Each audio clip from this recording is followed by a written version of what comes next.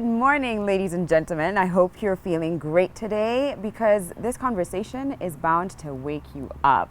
We are talking about dating and relationships in the 21st century, and I've got a young lady by the name of Kesho Kyoko who started a really interesting initiative called Converse with Kesh, which allows young millennials to come and have a safe space to talk about love and sex and relationships and the ups and downs of dating in this day and age. So welcome. Thank you so much. This is so interesting. When I heard about what you were doing, I was like, oh, this is gonna be like a three-part, this should be a three-part series. Because I think dating in this day and age is completely different from what it was even 10 years ago, Definitely. 15 years, it's completely different, let alone, 30 years or how it was for our parents, for instance. Yes. So before we even dive into why you started Converse with Kesh, tell me a little bit about yourself.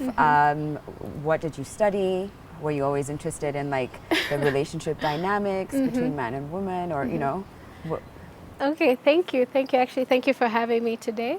So it's interesting. I think personally, I studied international relations, so I've been more into things to do with the UN and that kind of stuff. But initially, I was the friend that always gave the best advice, but was always single. Okay. And wait, so how did that work? I know, right? Like my friends are in relationships and be like, yeah, if you're having 1-2 issues, this is how you should go about it. They're like, oh my God, you'd make the best girlfriend. I'm like, I know. And had you ever had a boyfriend? I hadn't, well, Okay. I'd just been dating, but I Okay. hadn't been in a relationship. Okay. And they're like, you really need to start getting this information out there, start giving people advice. And I was like, you know what? I'm going to try that. Yeah. So that's actually how I decided to take the step and do Converse with Kesh, to actually create a space to let people come and have these conversations. Great. So this was something you started earlier this year, and so far you've had 2 sessions. Can you break down a little bit more why, well, first, what Converse with Kesh is, and also why you felt so strongly that there needed to be a platform to have these conversations?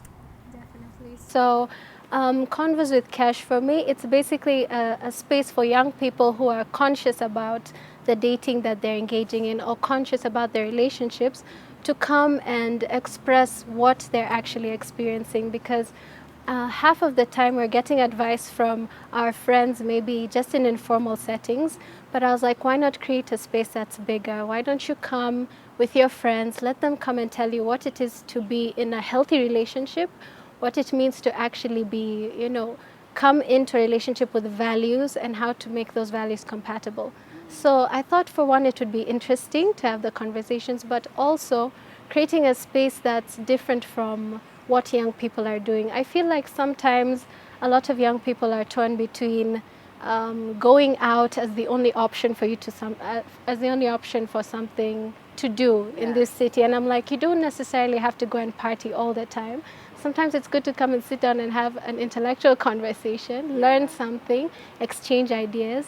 And so that's how I decided to have the space. So for the first edition, we were looking at, I called it a boy-child, girl-child intervention. Because basically I wanted to find out, why is it that dating is becoming such an impersonal affair? We're really depending a lot on technology to lead us to find the one, this perfect person. But I was like, why are we having such impersonal connections? Why not get the opportunity to come and share this in a wider space, face to face, and see what connections you can actually build? And what was that like? What was the first talk like? It was very interesting. I think for me, the first thing I really loved was that men actually stepped up and they took the floor and they shared their perspectives. And I think we always find that men are a bit hesitant to come to the fore, I guess because they feel somehow women are always being prioritized in terms of this agenda to empower the girl child or empower women. They sometimes feel like they're on the sidelines. But this time I was very impressed to see men take the center stage and tell you, actually, this is what I think it is to be a young man in Kenya dating. So, I've got to ask, I'm curious, like what were some of the responses that you got? What were some of the things that came up during that conversation? What is it like for a young man, a young Kenyan man dating today? Today. Yeah. Okay. Definitely the first thing that stood out was when it comes to finances. Yeah. And I think the young men in this country are feeling the pressure Yeah. to deliver a certain lifestyle, not only for themselves, but for the women they're in a relationship with. So they feel this need to be able to be a provider. And yet perhaps, I mean, in a country where you have a very high unemployment rate, they do feel less. They feel like, okay, she wants to be going out every weekend and I can't afford to, you know, be that person to take her out every weekend. So they feel like they are not being, that aspect of themselves is not being taken into consideration, which I Right. thought was, it's fair because, yeah, even as young women, we ourselves are building, we're building ourselves up. And in as much as you're demanding someone else to pay your bills, I think you need to be able to step up and pay your own bills first before you're asking someone to come in and take the burden. So it was interesting for them to raise that Right. issue. And that I guess that there are women who are preying on that, the fact that, you know, the men feel that there's an expectation on them to cater and meet certain expenses and bills. And women are like, well, all right then, I'm just gonna, You know, as the I'm provider, waiting, you I'm should, waiting. you know? And that must be a lot, especially in a society that also does not allow the same men to be vulnerable and to allow themselves to be seen.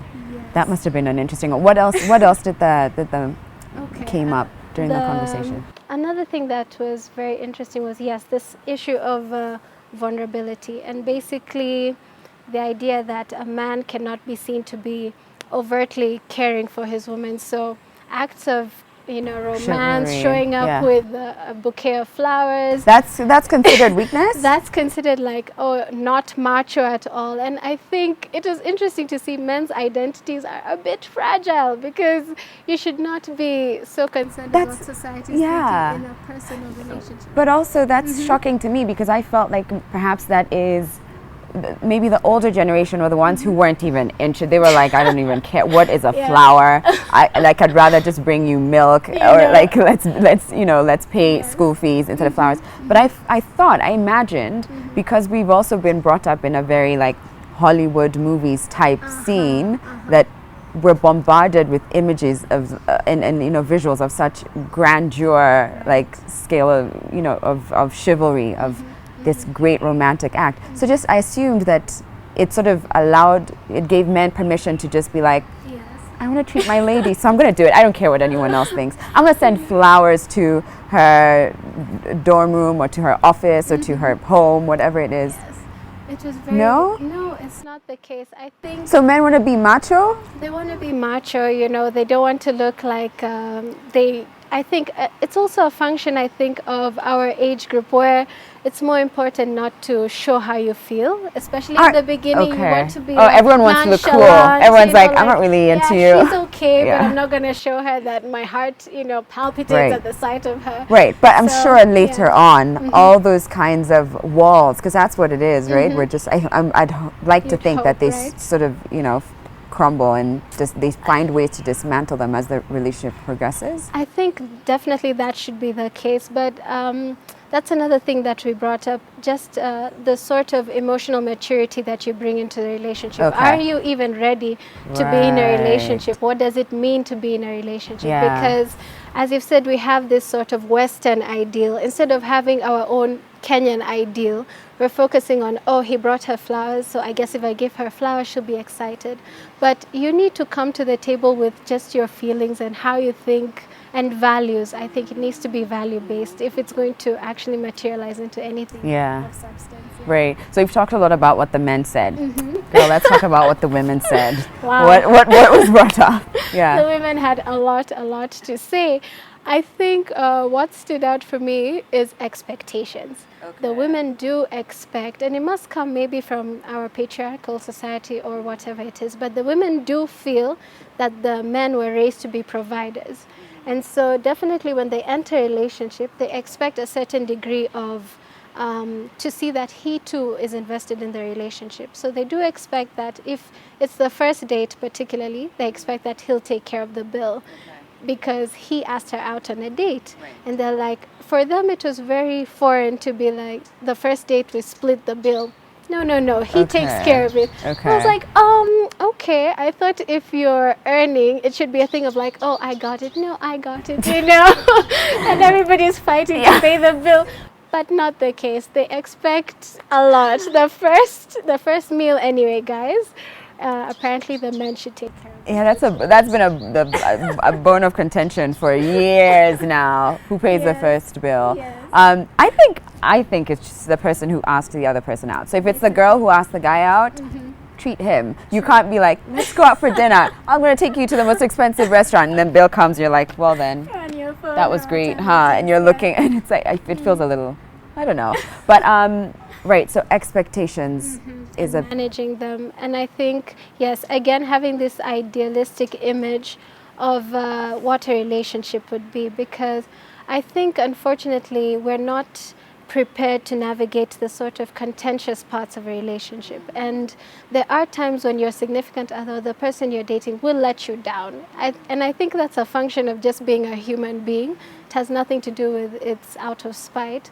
But we are not sort of given perspective. We're given a lot of the romance, but we're not given perspective on how to manage problems that arise in a relationship. And I think for me that stood out, because, for instance, when people are using social media to talk about how they had the best weekend with their boyfriend or girlfriend, they don't show you the parts where they had to wash the dishes after they made that amazing meal. They have to wash dishes. or the fights they had You know? because he didn't want to wash the dishes, and Exactly. like Yes. Jennifer Aniston in The Breakup. I don't know if You you've know, watched yes, it, and they have all these like weird little fights, and at Tiny the end, like the main one that she's just like, I had it with you, is when she says to him, it's not that I even wanted you to wash the dishes, I want you to want to wash the dishes, like I want you to Yes. let me jump in instead of being asked. You shouldn't wait to be, anyway, so I'm just No, but right, so yes, so basically, so yeah, I get yeah, it. that there's also that other side that often isn't revealed. Exactly. And I think it's also, you've said something very interesting, which is,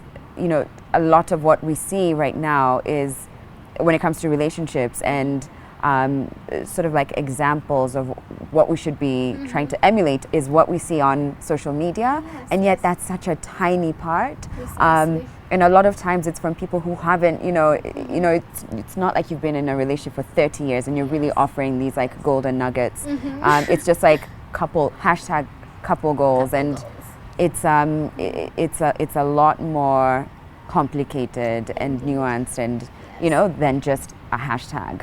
And in fact, I do want to say this. I think in the past 6 months or so, I've interviewed 2 women, both of whom have been married for over 40 years. And during those interviews, I did ask them why, or even it may even have been when the cameras were off, I can't remember, but I did ask them why they think that their relationships have sort of survived 40 years is a long time, whereas in this day and age, it's 2 years is, wow, you've hit 2 years and you're still together, you're still married, you're still dating. That's incredible. So what is it that you think is the biggest challenge for couples in this day and age? And both of them at separate times, whether I didn't interview them together, but both of them at separate times said that they do believe that the mobile phone, the internet, and social media has done a lot to sort of shake up the dynamic of a relationship. So it's no longer between man and woman, it's man, woman, and our audience. True. And having to keep up with the Joneses. So I think it's interesting that you mentioned that. All right, I think we have to take a break now. When we come back, we'll meet some of the people who you do have these conversations with, and we'll have a nice open discussion. We'll talk about sponsor culture. We'll talk about slay queens and everything else in between. We'll be back in a moment, ladies and gents. Welcome back, everybody. We're here at Park Inn by Radisson, and we've been having a conversation with Kesh, because earlier this year she started Converse with Kesh, which is a safe space for young millennials to talk openly about love and marriage, and just how tricky it is to get all of that right in the 21st century. Now, I do have a number of people who've joined me, and they've all participated in the Converse with Kesh sessions. I'll start by introducing you. I've got Sarah Thiga, of course Kesh is right here, or Kesho, and then we've got Musau Namu and Wakio Wangola. All right, how are you all feeling? We're feeling good? Yeah. Ready to have open and honest conversations about dating? Yes. In this day and age? Yeah. Because Lord knows it's a different time.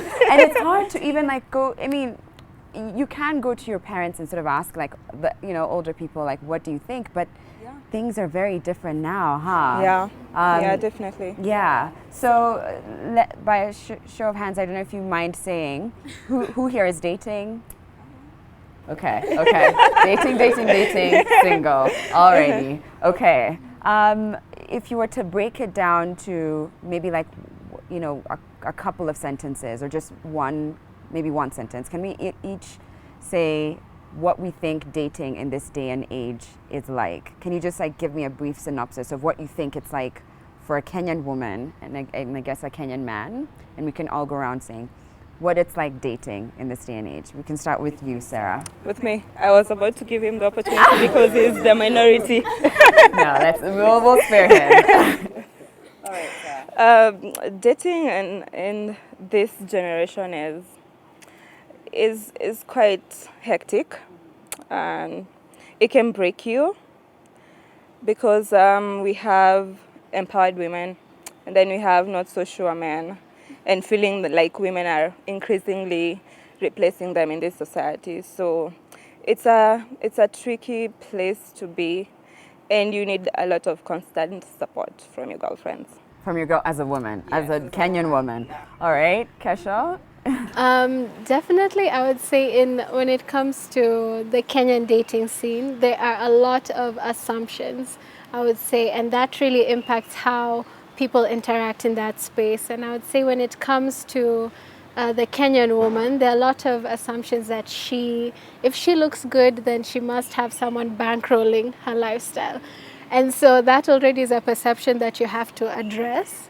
If she can pay for her own drinks, for instance, then she's probably too snobby and she doesn't want anything to do with a guy who can't live up to that standard. So I'd say as women, just in this society, we're constantly having to defend our image out there, and that can have a negative impact on how you date in this country. Okay, Yeah. assumptions, all right.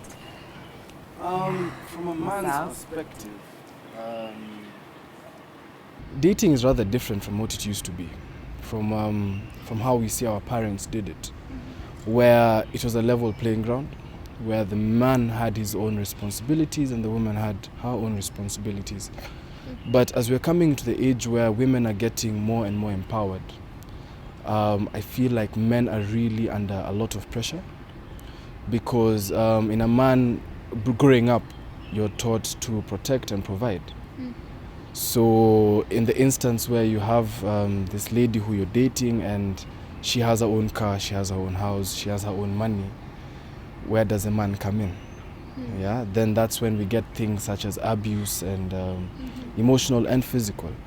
So I think it really comes down to the man knowing his worth, because I think that really breaks down a lot of insecurities, and also just respect across the field. Yeah.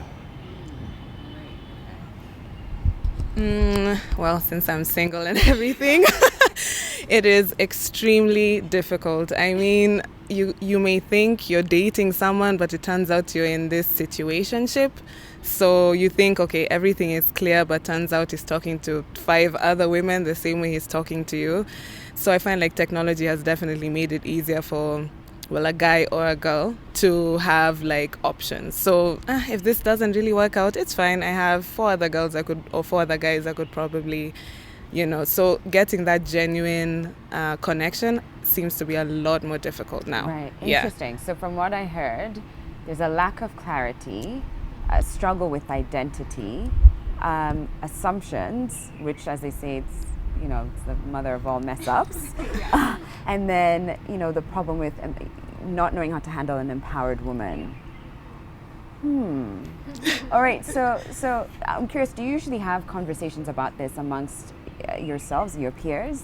And if so, what are some of the ways that you've looked to resolve it? And maybe we can start with what you were saying, Musao, about a man's identity and how it used to be, which was you are the provider. Yeah. But now we're raising women to be like, actually, you don't have to wait for a man to provide. You can go out and create and make money and empower yourself. Yeah. So what are some of the conversations that you're having with your peers around being with women who, I guess, aren't necessarily looking for that? And the second part to that question is, inversely, there's also a good number of women who are coming up and are sort of waiting to be catered to, you know, and does that validate a man's existence if that's what he was brought up to think, that I am here to provide, right? So but let's start with the first one, which is, so how do you, when you're having convos with your boys, are you like, wow, this chick is just like, just sorted. I mean, on to the next. Let's look for someone who's struggling or like not there, or just left. You know, what conversations are you having with your boys? Actually, recently I had a chat with one of my good friends, and he was actually in a similar situation, and he was trying to, because I've had the discussion with my girlfriend, and you know, we have kind of figured out how, you know, if I'm doing too bad, she can take on some of the responsibilities and vice versa, you know, that communication.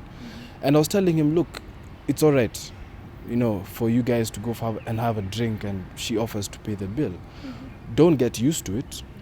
Yeah. And it's also good sometimes to, you know, once in a while just offer, you know, let me take you out for dinner, or let's go somewhere and just spend the day together.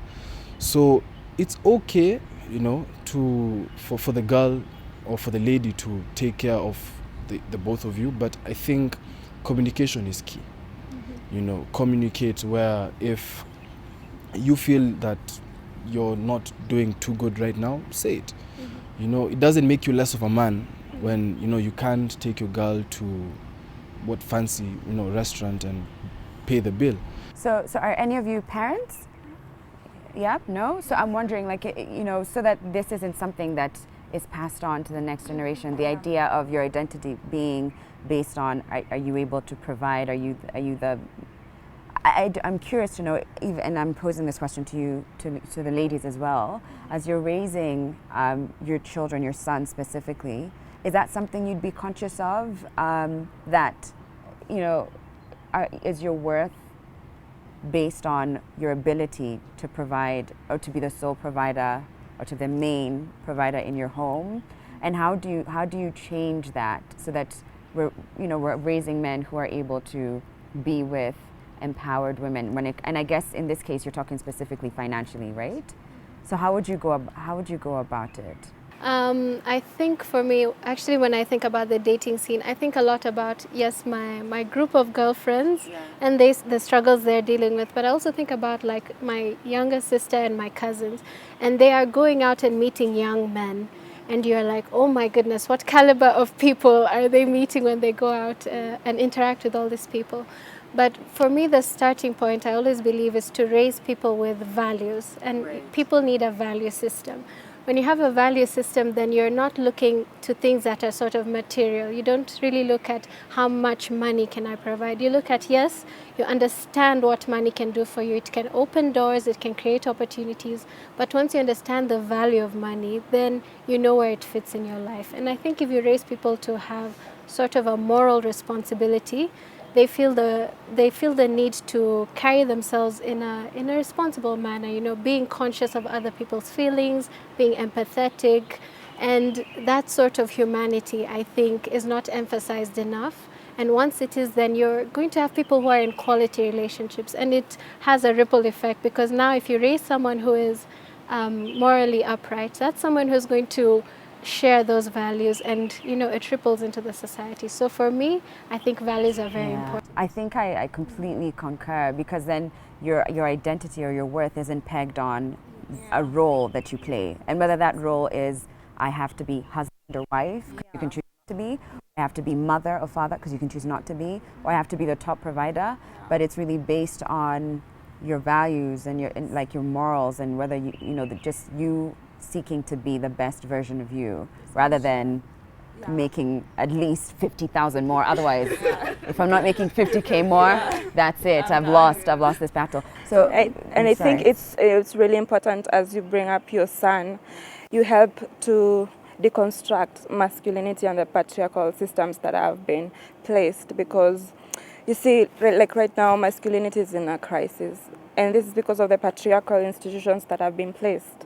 So please help, as you bring up your son, don't ask him that you shouldn't be emotional. Because men have been placed to be just rational and stoic creatures. The only emotions that they can show is anger or joy. And if they're, and if they're crying, it's maybe Manchester lost. And, that's the only time that they can cry.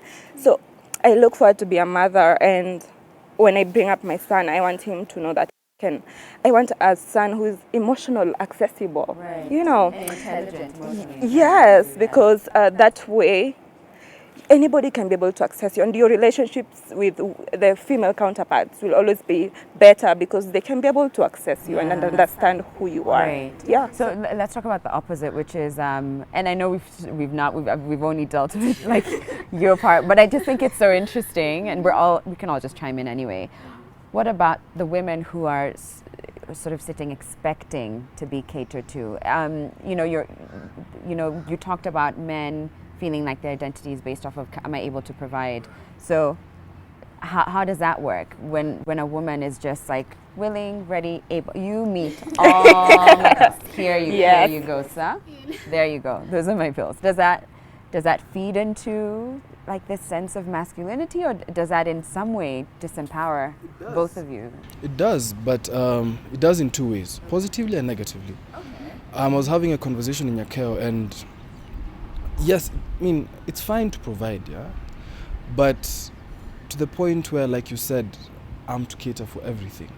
Right now, men are under a lot of pressure, where if you want, what's your anniversary, and you want to go to some fancy restaurant, and personally right now I'm not doing too good, and I tell you, let's do it next month. Then the argument of you don't love me anymore because you don't want to celebrate, this big day. So I think because of that, men under a lot of pressure to provide. And when they can't provide, then what you said about talking to 5 different other girls the same way you're being talked to comes into play. Because if you don't see my worth right now, with or without money, I'll go and find someone else who would. Right. Would you say like the sponsored culture is rife within, let's say, your circles or your friends, or do you see it a lot, or do you think it's just a few people and they're very maybe vocal about it or very open about it on social media, and it sort of made it seem quite normalized? What would you? Most of the women who have like a really high reach, I guess, on social media tend to be very almost praised, so now all the girls around you are thinking, wow, since I can't quite get this job, it would be so much easier if I could, get a guy who's providing these things, and I get to travel and see the world, and no one has to see, what I had to do to get there. It's just what I'm showing the world. So I think it's definitely there, especially like 25, 30. I mean, you do tend to joke sometimes and say, haha, it would be really cool if someone took care of me. But I mean, it's definitely very prominent, especially on social media. So let me play devil's advocate here really quick. Actually, I'm not even sure if we can. I think we might have to go on a break and come back, but I'm going to play devil's advocate and ask, like, but what's really wrong with that? And I want to know from you ladies and the gentlemen too. What's really wrong with if a woman just wants to be catered to? What's wrong with that? Hello, sometimes I'm tired, I want to be taken care of. Who knows? All right, we'll be back in a moment. We've got to take a break, but don't go anywhere. Alrighty, welcome back, ladies and gents. We're here at Park Inn by Radisson, and if you're just joining us, you've missed a really interesting conversation. Before the break, I was speaking to 4 individuals. I've got Sarah, Kesha, Musau, and Wakio, who are part of the Converse with Sesh, an initiative that allows young millennials to talk about love, marriage, sex. And before the break, we were talking about the sponsor culture, right? And how it's quite prominent. And I just want to play devil's advocate, right? And I just want to hear from you. What's wrong with it? What's wrong with a woman who just wants to be catered to and to be kept? And if that's what I want, and if that's what a man, the man wants, and we're both consenting adults, what's wrong with that? Why Actually, I think a woman should be allowed to do whatever she wants to do. If this is what she's comfortable with, please go ahead and do it.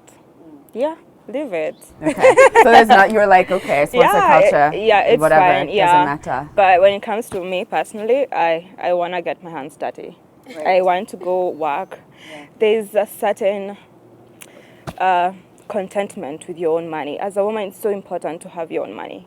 But if there's a woman out there who is comfortable being provided for, it's fine. Yeah. Kesha, do you share the same sentiment? Well, okay, for me, I have to say nothing great ever came out of a comfort zone. And I think, unfortunately, let me throw the older generation under the bus a bit, because I feel like women have been sort of raised to expect that they will be taken care of, whether it's by their father, in your house, whether it's by family members. We tend to be so much more accommodating of women. If, like, I joke with my mom sometimes, I'm like, wow, mom, I'm finding it really hard to find my footing. So if you don't mind, I'll just take this till I'm about, 35, and then, I can start moving out and finding my own place. But really, we allow women to sort of get comfortable and have this idea that they'll always be sheltered. Meanwhile, immediately a young man turns 16, we're like, hey, go find a job in Majengo or do something with your life, And so they get this sense of like, it doesn't matter what I do. Someone will always chip in at the end of the day. And that doesn't give you the opportunity to find out what you're really capable of. And so many of us are sitting on our talents or our abilities to contribute to the wider society while we're waiting on someone to take care of us. So for me, I don't believe in comfort zones. I think women should be willing to take the plunge into something else and don't depend on a relationship to bring out the best in you. First, know yourself, bring something to the table, and yes, that's how it should be. Is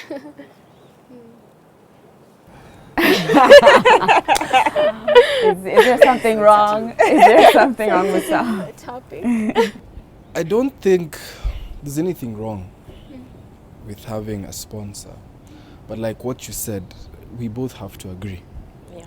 If truly indeed that's what you want, and that's what I want to give you, by all means, I will. Yeah. But personally speaking, I don't think,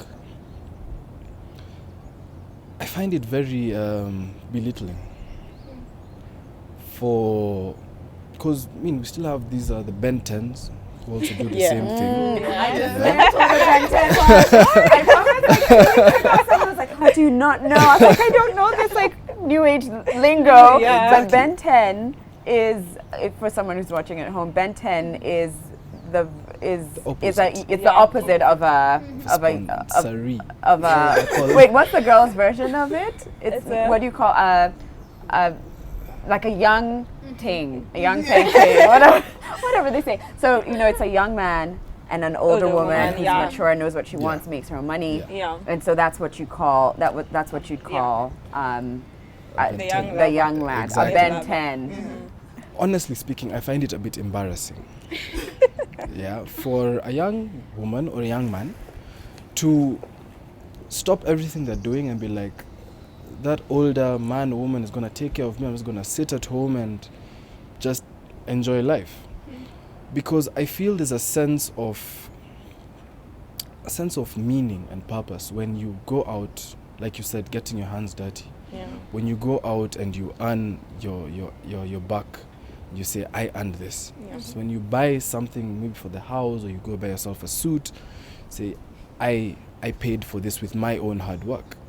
So in that aspect, I wouldn't really agree with the whole sponsor culture, because then we'll be raising a generation of lazy people who just sit back and wait and just wait. So if everybody's waiting, then how will our economy grow? Who's gonna make our roads? Who's gonna sit in the banks if everybody is sitting and waiting? So I think it comes back to, like you said, how we raise our children. Because I'd want my kids to, when I'm in my 50s, they come and they pitch to me an idea and they're like, we need capital. And even though I don't agree with it, I'll give it to them, because that when you go out and you lose money and that feeling of Ay, that pain. Right, back You to know? square one. Let's start Yeah. again. Okay. What about you? Well, personally, just even the way I was raised, my mom is very, very vocal in a woman has to have her own money. That's pretty much what I've grown up with. Her mom said the same thing. She's like, if it reaches a point you're asking a man to buy salt for the house, then you know you're in trouble. That's what my grandmother always used to tell my mom. So I've been raised, and even the conversations I have with my girlfriends is, you can't want a man to bring certain things to the table that you can't bring to the table. So you're, demanding this man to take you out and buy you drinks and buy you shoes and buy you, everything that you want, basically, and pay for the trips, but you're not able to even go with your girlfriends or with your family, because what I've seen is men can be fickle sometimes. So what happens when he disappears? You have nothing. There's nothing you have to your name except the shoes and the bags and pictures of the trip you went on, but you don't have something of your own. And I take so much pride in being able to provide for myself. I'm not going to tell my man, don't treat me or spoil me, but being able to spoil myself or my friends or my family is something I take pride in. So Right. about having your own money, yes, you can be spoiled as well, yes. Yeah. Yeah. I mean, if I'm to add to that, I think, a grown man, a grown woman, you're grown. Do Yeah. whatever, makes you happy, or whatever allows you to sleep at night. But like you, my mother always raised me as well to make my own money, and she'd say, I don't even care if you're next to a man who's making 5 million shillings a month and you're only bringing 25,000 shillings, but bring your own 25,000 shillings to the table. You don't sit and wait for someone to do it. And I think ultimately what she was also trying to say is that money equals power.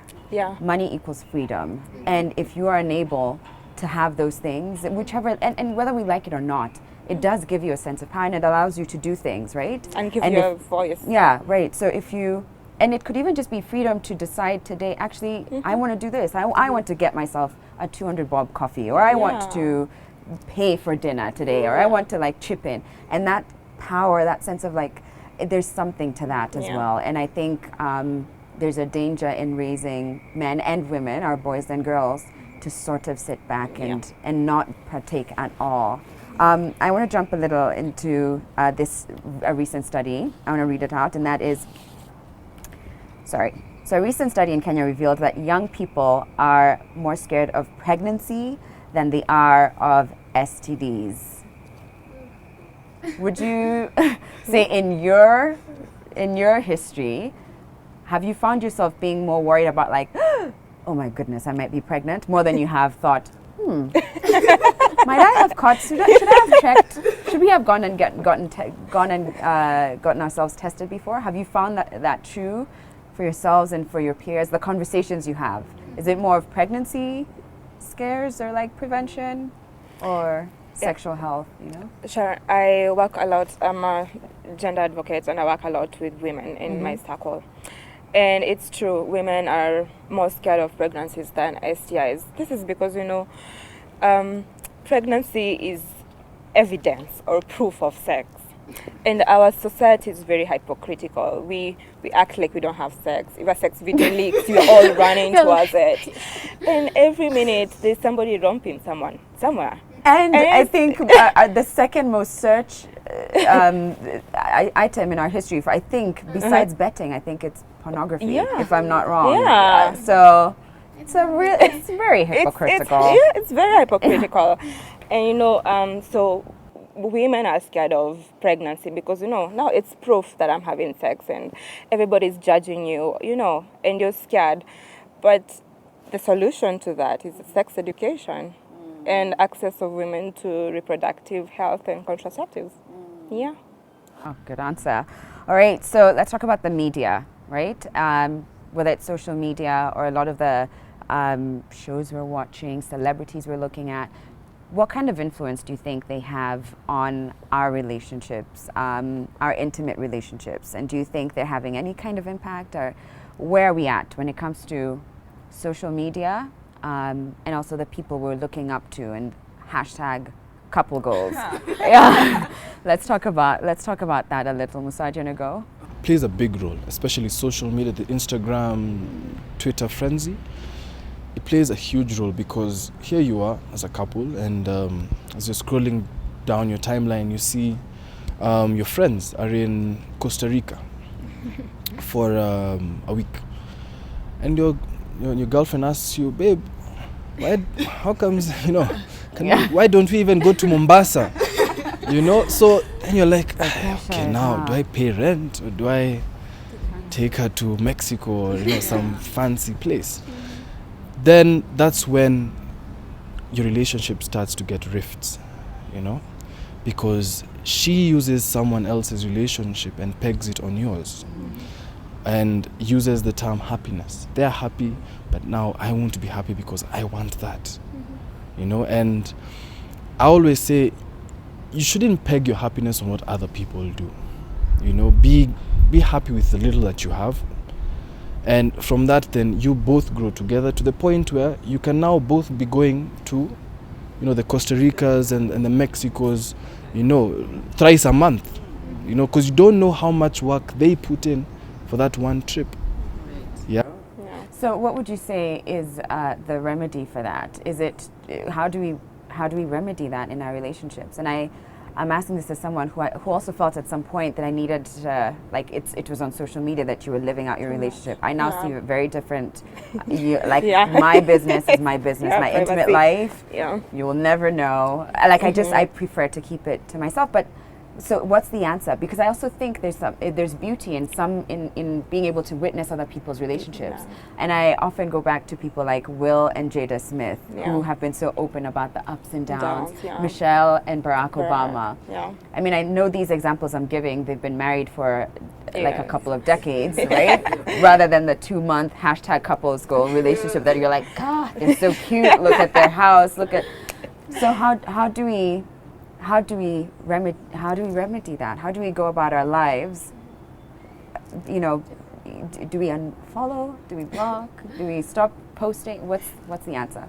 I think we can start this trend by being honest. If I'm posting about my relationship on social media, the #couple goals, I need to be open and show people there's no perfect couple out there. Let me talk about the struggles I'm also going through with my man, and it will inspire other people to start being open. And that way, people who are following you can see the struggles and understand, oh, what I'm going through with my jama, it's okay, it's fine, this is what they're doing. And as you're sharing your struggles, also show solution. Let it be solution-based.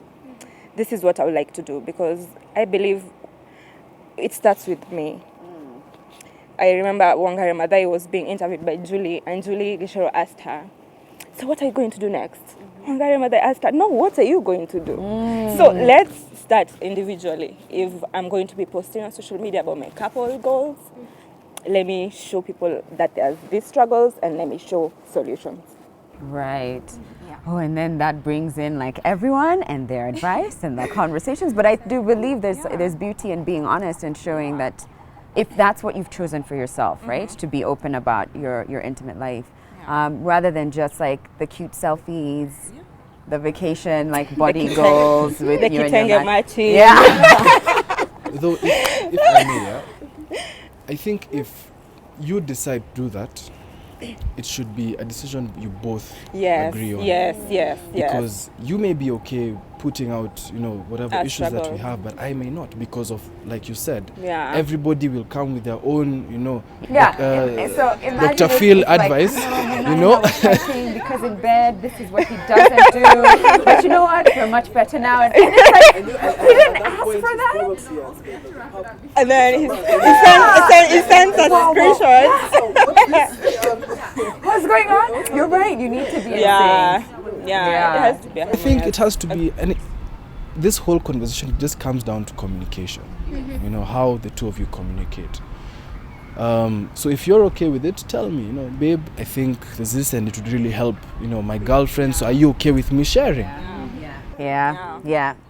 Right. All right. So I think that's all we've got time for, folks. This was so interesting. I feel like we could have gone on and talked about the different layers and just kept going deeper.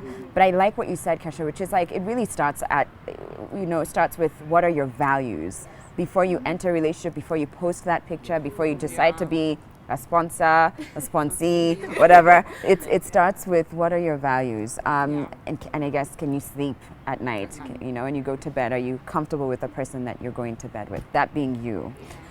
All right, ladies and gents, how can people be a part of the next Converse with Kesh? Okay, wonderful. We'll have the next session in July. Should be July 26th, actually.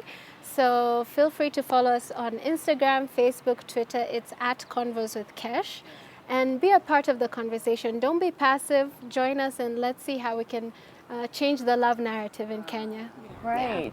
Fun fact, by the way, Kesha is Kyoko's daughter. And remember when we went to the art gallery, a